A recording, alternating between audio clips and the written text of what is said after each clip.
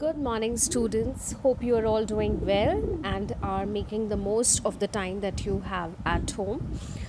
Today, we're going to continue with our chapter Climate Zones on Earth. And in the previous video, we had studied about what weather and climate is and what are the different aspects or the factors that affect the climate of an area. Now today we're going to learn about the various climate zones of Earth, and if you look at the picture, you can see that the climate is shown in different colors. You have the bright orange red color in the middle, followed by a little bit of yellow. As we go towards the poles, it becomes blue, and the shades of blue becomes darker. So that is how exactly you could remember the different climate zones of the Earth, because we are going to start understanding what the climatic conditions of the different zones of the Earth are. Now, the areas with similar climatic conditions are put together and are called as the climate zones. So what is a climate zone? Areas which have similar climatic conditions. So similar kind of climate they have, and that is why they are put together as a climate zone. Now Earth has basically three climatic conditions, and that is why you have three colors in this image that I am showing on the screen. What are the three colors that you can see? There is the orange red, the yellow, and the blue color at the poles. So what does that show? It shows that there are three different climate or heat zones on Earth, and these are symmetrically spread in the sense that they are equal in the northern and the southern hemisphere. So let's look at the tropics first. At the center, which is a reddish orange, whatever color you want, you can color it that way. So that extends from equator to the Tropic of Cancer in the north and Tropic of Capricorn in the south. And that is hot. The climate over there is going to be really hot, and because it is at the equator, this zone is also known as the equatorial zone. What is it known as? Equatorial zone. Now this is also called as the torrid zone. So there are three names which we can use. They called as the tropics because of their names, Tropic of Cancer and Tropic of Capricorn. You have, apart from that, because it is near the equator and their climate is because of that latitudinal position, that is why they are also known as the equatorial zone, and it is also called as the torrid zone. So if anybody asks you which is the torrid zone, you're going to say that it is the region between that extends from 0 degree latitude, that is the equator, to the 23.5 degree latitude, that is the Tropic of Cancer in the north. And what about the south? In the south, it is from 0 degree equator to the 23.5 degrees south, which is the Tropic of Capricorn. Now what is so particular about this zone? This zone is right at the center of the Earth, and that is where the equator is. And so the distance between the sun and the equator is very less, and they receive the direct straight rays of the sun, and that makes this area very hot. Why? Because they are receiving direct sunlight, direct sun rays, and that is why the heat is too much. The rays of the sun are very hot, very intense, and so it is the hottest zone on Earth.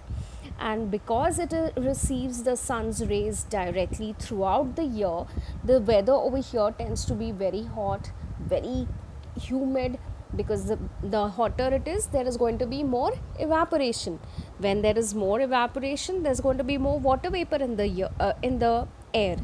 And we had studied that when there is more moisture or water vapor in the air, then the climate becomes humid. So it becomes very hot and humid, and because there is so much water vapor in the air, it's going to condense, form clouds, and then there's going to be rain. So because of this close position to the sun's rays, this exposure, or because it is exposed to the sun such a lot, that is why you have rain throughout the year. So the water cycle is continuous in this area, and that is why you have very varied climates in this zone. So that is why we have shown that in complete red orange shades, and this is the torrid zone, And if you observe in this map, you will see that India is also in this zone. So India is also in the torrid zone. It is in between, it is obviously in the northern hemisphere. India is obviously closer to the equator there, and you have the torrid zone over here. Why is it so hot? Why is it so torrid? Why is it so intense?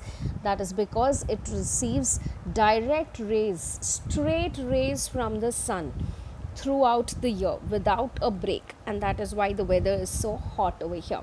Now in this region, just because of so much rainfall and because of the extreme climate of this area, you will find different kinds of vegetation and places in this region.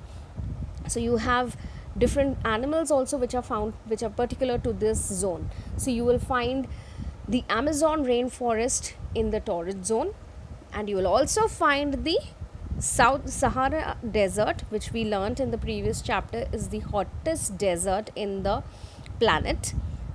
So you have both kinds of extreme climates in the torrid zone. And why does this happen? It happens because it is so close to the sun, and that is why the heat increases, and that is why it affects the climate. So the climate in the torrid zone is going to be very hot. We need to remember that. So what is this zone called as? The torrid zone. Now we are going to go to the temperate zone. This is the second type of climate zone that we are going to study about. Now in this image, it shows you that the temperate zone is between the poles and the Tropic of Cancer in the northern hemisphere and the Tropic of Capricorn in the southern hemisphere. Now what is so special about this? As we reach the temperate zone, you can see in this image that the rays of the sun are becoming slanted. So now the rays of the sun are oblique. Now what happens when the rays of the sun become oblique? The distance, it shows that the distance from the temperate zone to the sun is larger. Now that means that it is farther away from the sun. So now the farther away you are from the sun, it is going to become cooler, and that is why we have a pleasant climate in the temperate zones. It's not very hot, it's not very cold. It still receives heat from the sun's rays, but they are slanted, and so now the climate becomes cooler. So it's moderate and it is pleasant in this belt. What is this belt known as? The temperate zone. And where do you find it? You find the temperate zone in the northern hemisphere between Tropic of Cancer, that is 23.5 degree north, to 66.5 degree north, that is the Arctic Circle. So when somebody asks you what is the location of the temperate zone in the northern hemisphere, what will you say? It's going to be between 23.5 degree north to 66.5 degree north. Now what are these latitudes? Tropic of Cancer and Arctic Circle. So temperate zone extends from the Tropic of Cancer to the Arctic Circle in the northern hemisphere. And what about the southern hemisphere? In the southern hemisphere, it's going to be from Tropic of Capricorn to Antarctic Circle. Now do you remember Tropic of Capricorn lies at which latitude? It lies at 23.5 degree south. Why south? Because it is in the southern hemisphere. So Tropic of Capricorn is at 23.5 degree south to the Antarctic Circle, which is at 66.5 degree south. And this is the belt of the temperate zone. Now because the temperate zone is divided into two parts, the northern hemisphere and the southern hemisphere, the area between Tropic of Cancer and Arctic Circle in the northern hemisphere is known as the North Temperate Zone, and the area between the Tropic of Capricorn and Antarctic Circle is known as the South Temperate Zone. Alright, so there are two zones of the temperate zone. The North Temperate Zone, which is between Tropic of Cancer and Arctic Circle, and the South Temperate Zone, which is between Tropic of Capricorn and the Antarctic Circle. So this is about the temperate zone. Now what happens because of this pleasant climate or the moderate climate that the temperate zone receives? It brings in it allows a lot of growth of vegetation. and these are more flatter surfaces across the world, and that is why you will find the prairies. You have the grasslands in this belt. Which belt is this? This is the belt of the temperate zone. So in the temperate zone you will find a lot of grasslands. So you have prairies in North America. This is a picture of the prairies. You will find that they are more flatter, kind of larger surfaces, and they have a lot of grass like vegetation. So you find a lot of animals, you find a lot of cattle, you find them doing a lot of agriculture in this belt. So you have the prairies in the North America, and this is a picture from the South American grasslands, which are called the pampas. So this is the image where you will find pampas in the South American continent. So you have the pampas grasslands in South America, and in Europe and Asia you find the steppes. All right, the steppes of Europe and Asia. So these are also regions of the earth where you have a lot of agriculture, a lot of dairy culture, dairy or farming done in these areas, because they are a huge grasslands. Now in this map I've shown you the extent of the steppe grasslands. So you can see from Russia and right up to China. So that is the entire Europe and Asia kind of an area which is under the steppe grasslands. You will find lots of steppe grasslands over here. Apart from this, you will find the velds in Africa. Where are the velds? They are in the Africa. And here these are the grasslands where you will find different kinds of vegetation available, and they are huge grasslands, and that is why a lot of farming and dairy can happen in this region. So that brings us to an end to the temperate zone. The next zone that we're going to study about is the frigid zone. Now what is a frigid zone? Frigid, please remember, it means cold. All right, and in this picture you all remember at the poles, the weather I have written it as the climate is going to be cold. Now what is the extent? Where is the frigid zone located? Frigid zone is also known as the polar zone because it is near the poles. Now frigid zone is from 66.5 degree north to the North Pole. So that is from the Arctic Circle to the North Pole. This is in the northern hemisphere. What about the southern hemisphere? In the southern hemisphere, it extends from the Antarctic Circle to the South Pole. Now where is the Antarctic Circle? It is at 66.5 degree south. So from 66.5 degrees south to the South Pole is a frigid zone in the southern hemisphere. Now what is particular about these regions?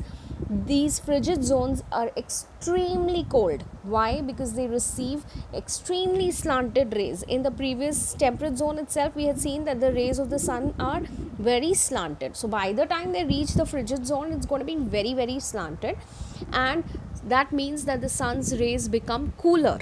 So by the time they reach the North Pole and the South Pole, they have become very cool. And we also learned in the lesson about rotation and revolution that the Arctic Circle and the Antarctic Circle receive they have 6 months, they experience 6 months of day and 6 months of night each, correct? So that means that they are not receiving continuous sun rays throughout the year. They receive 6 months of day and 6 months of night. So that is why the circles, the Arctic Circle and the Antarctic Circle, are covered in permanent ice. And because it is covered in permanent ice, obviously it's going to become difficult for plants and people to live. So that is why you find them permanently covered in ice, and the weather is extremely cold, and very few animal species are able to survive in the frigid zone. So this is the frigid zone. Let us just look at a quick recap of the zones of the earth. What are the climate zones? The climate zones are the areas which have similar kind of climates. All right, so any area that has similar kind of climatic condition is put together, and these groups are called as the climate zones. Now how many climatic zones does the earth have? Earth has 3 climatic zones.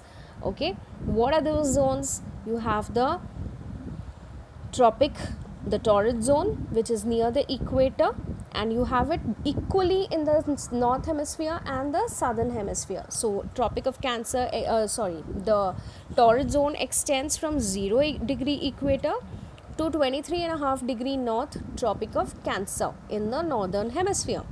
The equal amount of latitudes you will find in the southern hemisphere. So from 0 degree equator to 23.5 degrees south, we have the tropic of Capricorn, and because this proportion is equal in both the hemispheres, that is why we will say that it is symmetrically distributed across the earth. So you have the torrid zone, which is also known as the equatorial zone. And what is special about the equatorial zone or the torrid zone is that it is very hot, and that is why we usually cover them in red and orange. And why is it hot? It is so hot because it is closest to the sun's rays. You get direct sun rays at the equator and between the Tropic of Cancer and Tropic of Capricorn. So this region is very hot, and it receives, because there is so much of heat, there is going to be water there is going to be evaporation, and because of evaporation there is a lot of moisture in the air, and that is why the climate is usually hot, humid and rainy, because if there are rain clouds, if the clouds are formed, obviously it's going to rain. So it's a very torrid zone, very extreme climate is experienced in this zone. And you have the Amazon rainforest as well as the Sahara desert in the torrid zone. Now as we go further away from the equator and about 23.5 degree, the zone that we reach is the temperate zone. Now the temperate zone in our diagram is in yellow color. Why is it in yellow color? Because it is not so hot. Now why is it not hot? It's not hot because the suns of the rays are more slanted as we reach towards the temperate zone. The distance between the temperate zone and the sun's rays is quite huge. So then there is this huge distance that the sun's rays travel, and so by the time they reach the temperate zone, the sun's rays are more cooler, and that is why you have moderate or warm climate in the temperate zone. And this is the zone where we find most of the grasslands and the agricultural areas of the world. Now what is the extent? Where do we find the temperate zone on earth? In the northern hemisphere, the north temperate zone is from 23.5 degree north to 66.5 degree north. Which are these latitudes? It is between Tropic of Cancer in the north and the Arctic Circle in the north. So the north temperate zone is between Tropic of Cancer and the Arctic Circle. And in the southern hemisphere, that is the south temperate zone, is between Tropic of Capricorn and the Antarctic Circle, which is between 23.5 degrees south and 66.5 degrees south. So basically you just have to remember that the three numbers: 0 degree, which is equator, 23.5 degree and 66.5 degree.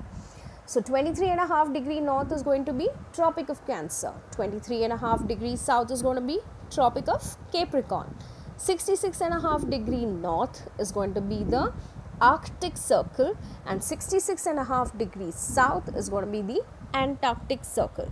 And anyways, you remember the North Pole and the South Pole. So it becomes very easy to remember this image. You have to practice this diagram. We need to learn the different zones of the climate, and you need to remember what is the difference between the climates. Near the equator it is hot. The zones between 23.5 degree and 66.5 degree is going to be warm or moderate, and at the poles it's going to be the frigid zone, because it is farthest from the sun's rays. And we have already studied when we learnt about rotation and revolution, that the polar regions experience 6 months of day and 6 months of night, and so they are always covered with a thick layer of permanent ice. And that is why the climate that you experience in the polar zone or the frigid zone is extremely cold. That brings us to an end about the climate zones of earth. Please practice this diagram, learn it by heart, and also understand why you experience the different climate zones on Earth. Please practice it. Go through the video again. Go back and watch the video related to revolution of the Earth so that you can understand why North Pole and South Pole experience 6 months of day and 6 months of night. Thank you.